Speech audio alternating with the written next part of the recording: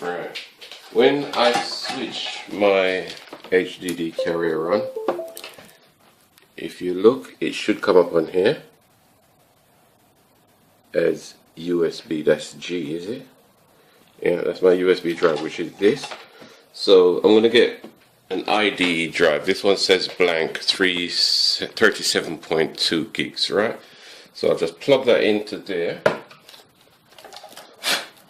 The bottom of this, I said before, it adjusts to fit whatever drive you want. So if I put this in just like that,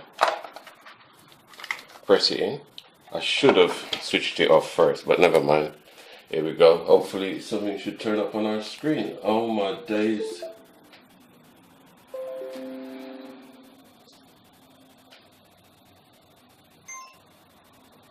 Right, I forgot to press record. Now we're recording. Right, there it is. E. Yeah, G is the drive 37.2. 37.2. So if we double click on there, you can see this is empty. There's nothing on it. Okay? So if we go back, we got a drive here. Switch it off at the back. It's making a little bit of a winding noise, but nothing too much to worry about.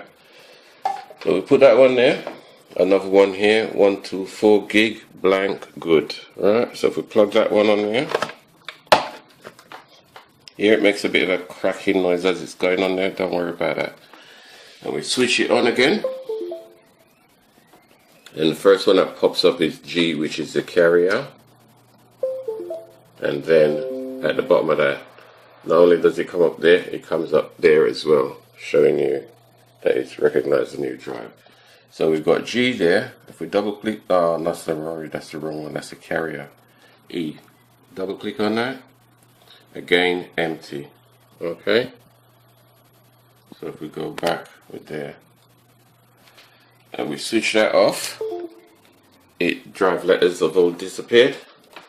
So we've got two drives that works fairly well. So we're going to put these two to one side. I don't know, we're maybe stripping them because we don't really need them.